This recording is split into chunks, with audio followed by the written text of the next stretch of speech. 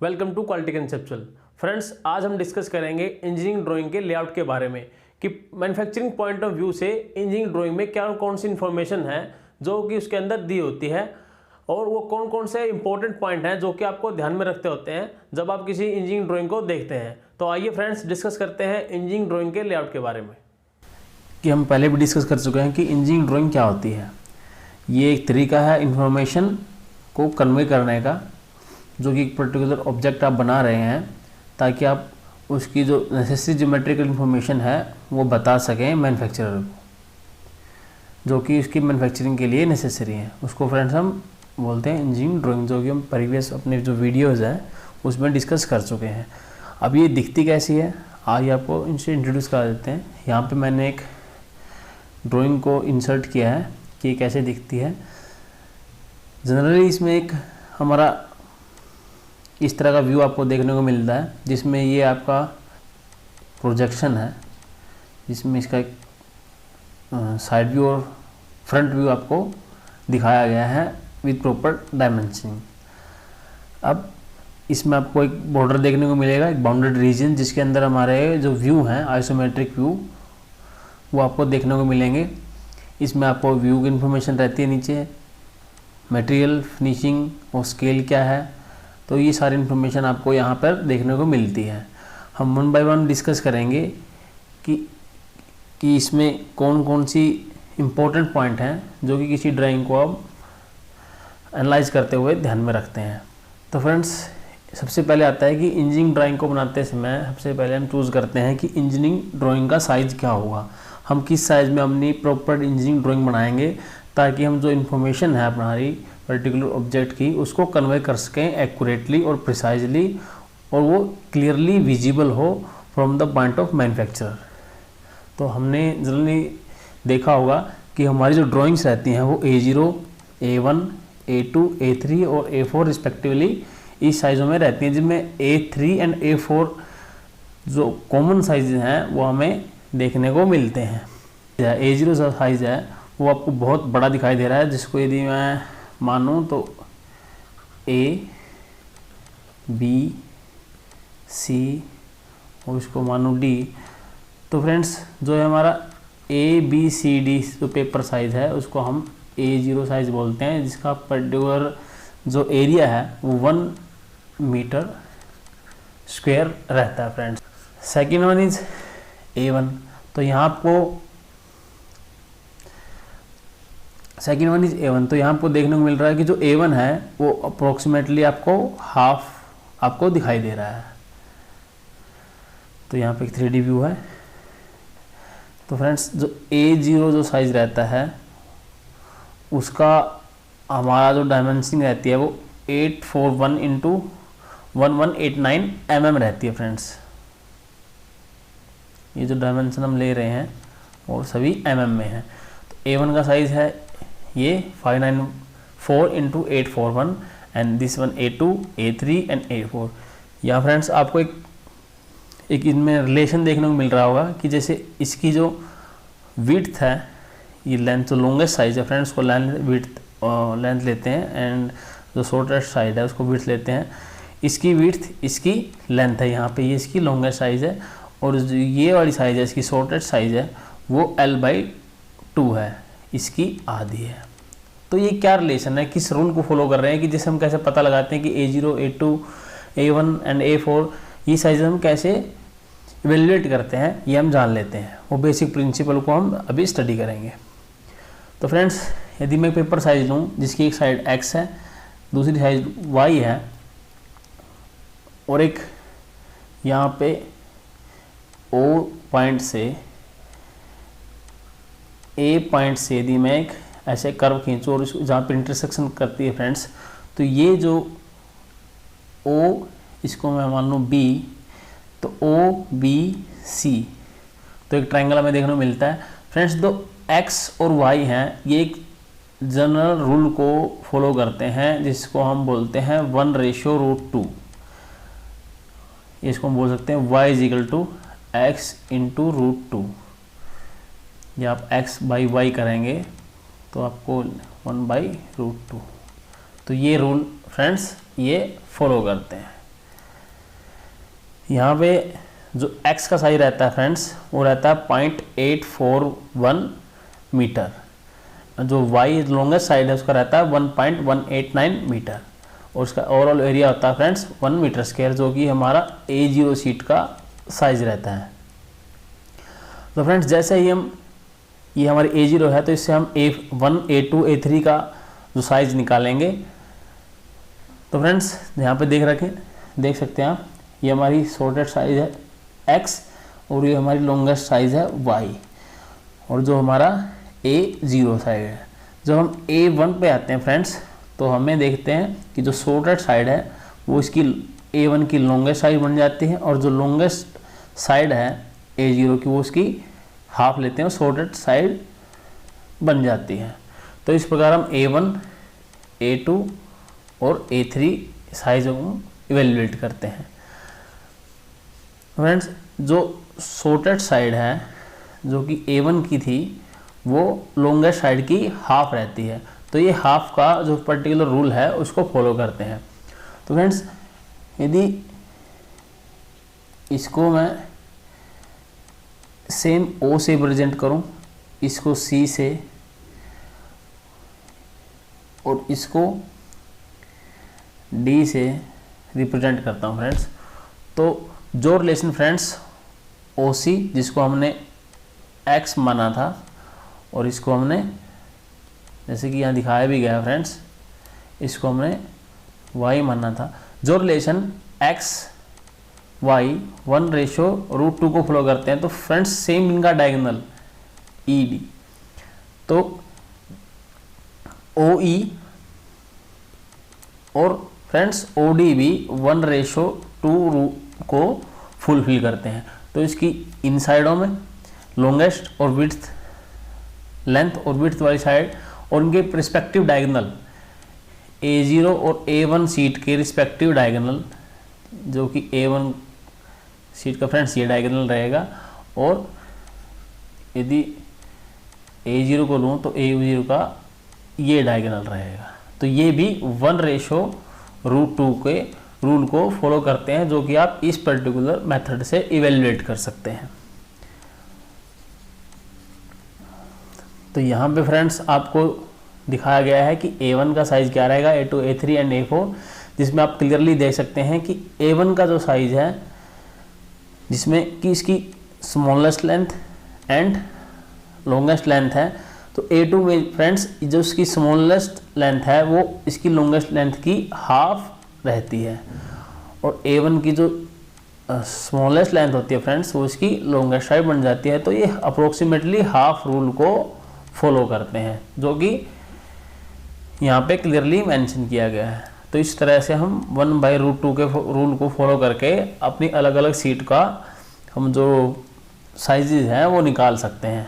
तो फ्रेंड्स आपको समझ में आ गया होगा कि सारी सीटें 1/√2 के बेसिक प्रिंसिपल को फॉलो करती हैं। इसमें इनकी रिस्पेक्टिव साइजेज और रिस्पेक्टिव जो डायगोनल हैं OE और ED वो भी इस रूल को फॉलो करते हैं, क्योंकि ये आप A0 और A1 सीट के डायगोनल का रेशो निकालोगे तो वो भी 1/√2 के रूल को फॉलो करते हुए आपको दिखाई देंगे। तो फ्रेंड्स यहाँ पे हम जितना भी डायमेंशन ले रहे हैं वहाँ पे हम mm की बात कर रहे हैं, और ये फ्रेंड्स जो ISO की A सीरीज़ है उससे हमने ये इन जो साइजेज हैं इनको लिया है। अब बात करते हैं फ्रेंड्स, यदि हमें जो ISO A सीरीज के स्टैंडर्ड साइजेज हैं जिसको हम A0 A1 A2 और A3 और A4 के नाम से जानते हैं फ्रेंड्स, अभी यदि आपकी ड्राइंग इनसे किसी अलग साइज़ की डिमांड करती है, उस पर्टिकुलर जो स्टैंडर्ड साइज उसमें फिट नहीं बैठती है, तो अब क्या करेंगे? तो फ्रेंड्स उसके लिए हम यूज़ करेंगे स्पेशल इलोंगेटेड साइज़ की कुछ स्पेशल रेगुलर साइज से थोड़ी बड़ी ड्राइंग यूज़ करेंगे। तो वो बड़ी ड्राइंगों को हम कैसे निकालेंगे फ्रेंड्स? जो हमारी स्मॉलेस्ट जो साइड रहती है ISO सीरीज की उसको हम किसी पर्टिकुलर न्यूमेरिकल वैल्यू से मल्टीप्लाई करेंगे, और जो साइज पर्टिकुलर साइज आएगा उसको हम अपने यूज के अकॉर्डिंग हम यूज़ करेंगे, उसको अपनी आवश्यकता अनुसार यूज़ करेंगे। तो यहाँ पे जैसे फ्रेंड्स A4 एंड A3 का साइज़ हमें दिखाया गया है, तो इसकी जो स्मॉलेस्ट साइज़ है वो है 210, तो यदि हमें इलोंगेटेड साइज वैल्यूएट करना है तो हम इसकी जो सॉर्टेड साइज है उसको पर्टिकुलर यहाँ पे 3 न्यूमेरिकल वैल्यू 3 से मल्टीप्लाई किया तो 630 में आया है, तो ये हमारा इलोंगेटेड साइज है। सेम फ्रेंड्स हम A3 या किसी भी साइज से हम इसको इवेल्युएट कर सकते हैं। तो अब एक और केस आता है कि यदि हम इससे भी बड़ी ड्राइंग की ज़रूरत है तो हम क्या करेंगे, उसको हम बोलते हैं एक्सेप्शनल इलोंगेटेड साइज की। तो फ्रेंड्स यहाँ पे सेम हम रूल फॉलो करेंगे कि जो स्मॉलर साइज है उसको हम मल्टीप्लाई करेंगे किसी न्यूमेरिकल वैल्यू से, तो जिससे हमारा एक्स्ट्रा इलोंगेटेड साइज हमें मिलेगा और अपने ड्राइंग के अकॉर्डिंग में उसको यूज़ कर सकते हैं। तो जैसे कि यहाँ दिखाया गया है कि इसको इसकी स्मॉलेस्ट साइज 210 है, इसको हमने 8 से मल्टीप्लाई किया तो हमें ये पर्टिकुलर वैल्यू हमें मिली। तो इस प्रकार फ्रेंड्स हम स्पेशल इलोंगेटेड साइज और एक्सेप्शनल इलोंगेटेड साइज के जो साइजेज हैं उनको फिक्स करते हैं अपनी आवश्यकता के लिए। अब फ्रेंड्स बात करते हैं कि इंजीनियरिंग ड्राइंग का लेआउट कैसा होता है। यहाँ पे फ्रेंड्स हमने दिखाया है कि जो हमारा ड्राइंग स्पेस है वो यहाँ पे रहता है। जैसे कि हमने पिछली ड्राइंग में दिखाया कि हमारे जो फ्रंट व्यू है, front view, side view, top view हैं वो हमें अलग अलग पोजीशन पे इसमें जो ड्राइंग स्पेस है इसमें दिखाई देते हैं। ड्राइंग स्पेस में जहाँ फ्रेंड्स हमारा 2D व्यू और आइसोमेट्रिक व्यू हम मेंशन करते हैं। तो फ्रेंड्स ये हमारे जो बिल्कुल राइट कॉर्नर में दिखाई देता है, बॉटम राइट कॉर्नर पे, इसको हम बोलते हैं टाइटल ब्लॉक, जिसमें किसी ड्राइंग की नेम, नंबरिंग, उसके पर्टिकुलर स्केल और अदर मैन्युफैक्चरिंग जो डिटेल रहती हैं, मैन्युफैक्चरर की डिटेल रहती है, वो सारी डिटेल इसमें रहती है जो कि हम आगे डिस्कस करेंगे। इसको फ्रेंड्स हम बोलते हैं, जैसे कि आपको यहाँ पे ये जो 2 लाइनों से घिरा हुआ हमने बॉर्डर दिखाया गया है, इसको बोलते हैं बॉर्डर। और ये फ्रेंड्स क्या करता है, ये एक बाउंडेड रीजन फिक्स करता है जिसमें कि हम अपने ड्राइंग को 2D और सिमेट्रिक व्यू को मेंशन करते हैं। ये इसकी जो आउटर लाइन है इसको बोलते हैं फ्रेंड्स हम एज। और फ्रेंड्स जहाँ पे हमने नंबरिंग की है और यहाँ पे हमने अल्फ़ाबेट दिए हैं, तो इस तरह से हमने इसको डिवाइड किया है बॉर्डर को। तो ये हम क्यों करते हैं फ्रेंड्स, तो ये फ्रेंड्स इसको पर्टिकुलर ड्राइंग को इस तरह से रेक्टेंगल में डिवाइड कर देते हैं, जिसको हम बोलते हैं ग्रिड रेफरेंस या जोनिंग फ्रेंड्स को बोलते हैं। एक जोन क्रिएट हो जाता है, वो हेल्प करता है हमें किसी भी ड्राइंग के एक पर्टिकुलर सेक्शन को आइडेंटिफाई करने में, वो हमें हेल्प करता है। इसको फ्रेंड्स हम जोनिंग बोलते हैं।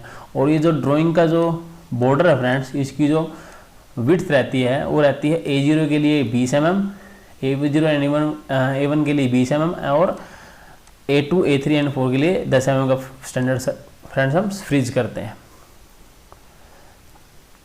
ग्रिड सिस्टम फ्रेंड्स हम ऑलरेडी डिस्कस कर चुके हैं कि इजी लोकेशन के लिए यूज़ होता है।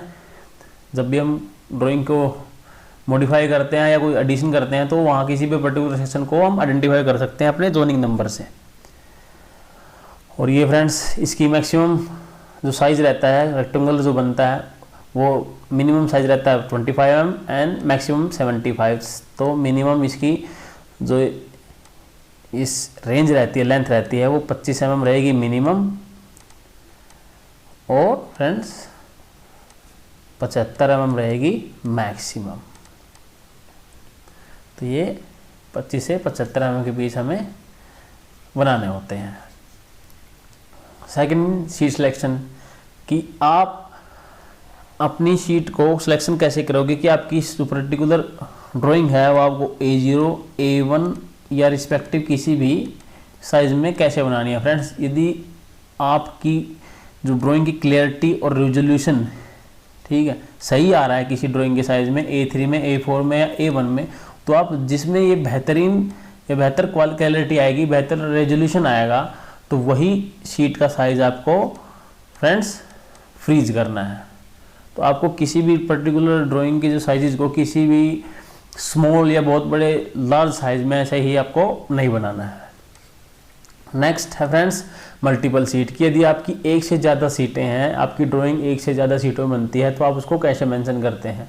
तो फ्रेंड्स इसके लिए हम करते हैं sheet number is equal to A/B, जिसमें A रहता है कि आपका शीट का नंबर क्या है और B total number of drawing. मान लीजिए आपकी टोटल ड्राइंग्स हैं वो सेम रजिस्ट्रेशन और नंबर के साथ 5 नोज है फ्रेंड्स, तो हम पहली जो ड्राइंग है इसको नंबरिंग करेंगे 1/5। 1 means sheet number, 5 means total number of drawing. Same second sheet को हम कैसे मेंशन करेंगे, 2/5 एंड लास्ट शीट को फ्रेंड्स 5/5। ठीक है फ्रेंड्स। एंड मल्टीपल शीट में आपका registration number, identification number friends same रहेगा, ताकि आपको पता चल जाए कि ये सेम ही ग्रुप की, सेम कैटेगरी की ड्राइंग है, जो कि एक ही पर्टिकुलर नंबर से कंसर्न रखते हैं। फोर्थ इज आइटम रेफरेंस, कि आप आइटम को कैसे रेफर करते हैं। फ्रेंड्स आइटम को आप किसी भी, यदि कोई सब असेंबली है उसमें डिफरेंट आपके पार्ट लगे हुए हैं, तो आप किसी पर्टिकुलर नंबर से उनको रेफर करते हैं, जिसमें कि सेम जो पार्ट हैं उनको आप सेम लोकेशन पे, अलग अलग पोजीशन के लिए सेम जगह पे लोकेट करते हैं, कि 8, 9, 10 और 11 नंबर पे यदि कोई जो पार्ट हमने मेंशन किया हुआ है वो सेम पार्ट है। तो इसको फ्रेंड्स आप रेक्टेंगुलर बॉक्स और ऐसे राउंड जो मैंने बनाया हुआ है यहाँ पे विद लेडर, इसे ऐसे मेंशन कर सकते हैं, या आप किसी ऐसे एरो से भी इसको यहाँ पर्टिकुलर आप नंबर लिख सकते हैं, कोई भी, उससे भी आप इसको मेंशन कर सकते हैं। तो जैसे यहाँ पे मान लें मैं 7 लिखूँ तो 7, इसको ऐसे भी आप मेंशन कर सकते हैं किसी भी पर्टिकुलर सेक्शन पे।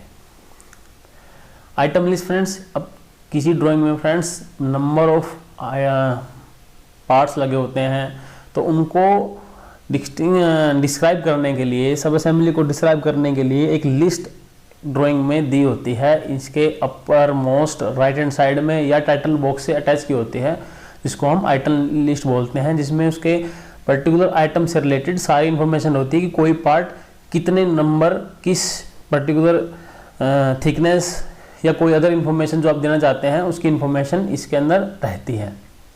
कि और ये जो फ्रेंड्स आइटम लिस्ट है वो व्यूअर की लोकेशन में रहती है ऑलवेज, कि आप क्लियरली देख सकें, और उसमें कॉलम्स, नंबर ऑफ कॉलम्स रहते हैं आपकी यूज़ के अकॉर्डिंग, कि आप इसमें कितनी इन्फॉर्मेशन देना चाहते हैं। और यदि वो कोई सेपरेट डॉक्यूमेंट है तो आप सेम ड्राइंग नंबर से इसको मेंशन करते हैं।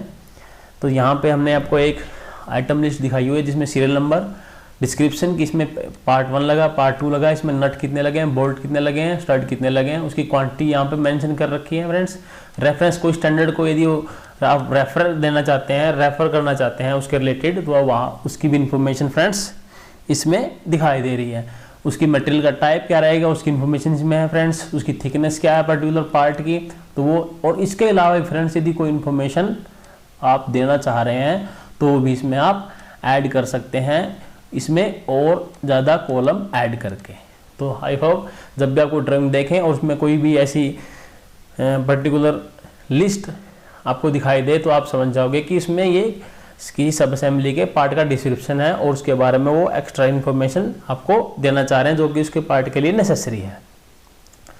तो फ्रेंड्स टाइटल बॉक्स की बात कर रहे थे, तो यहाँ पे हमने एक टाइटल बॉक्स दिखाया जिसकी मैक्सिमम जो लेंथ रहती है फ्रेंड्स वो 170 mm रहती है मैक्सिमम, और ये किसी भी ड्राइंग के राइट साइड के बिलो बॉटम जो कॉर्नर होता है उसमें आपको देखने को मिलता है। तो फ्रेंड्स इसमें क्या क्या रहता है आप इसमें देख सकते हैं, इसमें जिस सॉफ्टवेयर से वो पर्टिकुलर ड्राइंग बनाई हुई है उसका इन्फॉर्मेशन इसमें रहता है। जैसे यहाँ दिखा रखा है कैटिया V5, तो ये कैटिया V5 में बनी हुई ड्राइंग है, उस पर्टिकुलर मैन्युफैक्चरर की डिटेल उसमें रहती है। जैसे कि यहाँ पे दिखाया गया कि क्वालिटी कंसेप्चुअल, उसकी जो टर्म्स एंड कंडीशंस हैं उस ड्राइंग के रिलेटेड, जो लीगल जो कमिटमेंट रहती है फ्रेंड्स, लीगल डिस्क्रिप्शन, वो यहाँ पे आपको देखने को मिलता है अपर साइड में। कि जैसे यहाँ दिखाया गया कि क्वालिटी कंसेप्चुअल की प्रॉपर्टी है एंड कॉपी और उसका ट्रांसफर करना, किसी को शेयर करना विदाउट इन्फॉर्मेशन टू कस्टमर, वो इलीगल माना जाता है। इस टाइप की जो इंफॉर्मेशन इसमें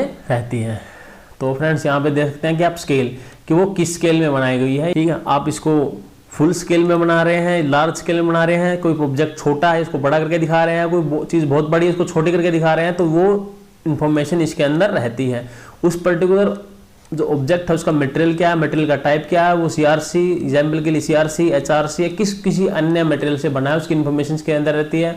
उस प्रोडक्ट को बनने के बाद उसका मास कितना होगा फ्रेंड्स, वो किलोग्राम में यहाँ पे मेंशन किया होता है। वो ड्राइंग को किसने बनाया है, किसने अप्रूव किया है, तो ये सारी इन्फॉर्मेशन आपको यहाँ देखने को मिलती है। और उसके रिस्पेक्टिव जो डेट रहती है कि कब इसको बनाया गया था, उसकी भी इन्फॉर्मेशन आपको इसके साइड बाय साइड देखने को मिलेगी। उस पर्टिकुलर ऑब्जेक्ट का क्या नाम है, ठीक ठीक है, उसका नाम और नंबरिंग यहाँ आपको देखने को मिल रहा है। 2 तरीके से आप उसको आइडेंटिफाई कर सकते हैं। Next is revision record. उस पर्टिकुलर ऑब्जेक्ट में, उसके डिज़ाइन में कोई भी यदि कभी भी कोई चेंज हुआ है तो सारी वो इन्फॉर्मेशन आपको इस पर्टिकुलर कॉलम में मिलेगी कि कब वो चेंज, क्या चेंज था, कब वो हुआ और उसको किसने चेक किया और किसने अप्रूव किया। ये सारी इन्फॉर्मेशन आपको देखने को मिलेंगी, जिसमें हम यहाँ पे 1 बाय 1 यहाँ पे नंबरिंग करते हैं। जैसे कि यहाँ पहला जो चेंज आया इसको हम 1 से नोटेड करेंगे, सेकंड आएगा तो सेकंड से, third, fourth, fifth and sixth respective हम इसको ऐसे मेंशन करते जाएंगे। उसकी इन्फॉर्मेशन हम यहाँ लिखेंगे, उस किस डेट को हुआ था वो लिखेंगे और किसने इसको चेक किया और अप्रूव किया वो यहाँ पे इन्फॉर्मेशन रहती है।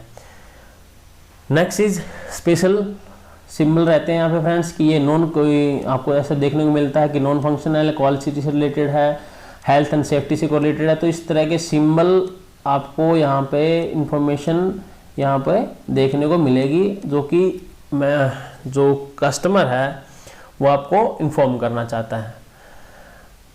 यहाँ फ्रेंड्स अब नेक्स्ट देखते हैं साइज की। किसी भी ड्राइंग को ओरिजिनली किस साइज में बनाया गया था वो इन्फॉर्मेशन आपको यहाँ देखने को मिलेगी।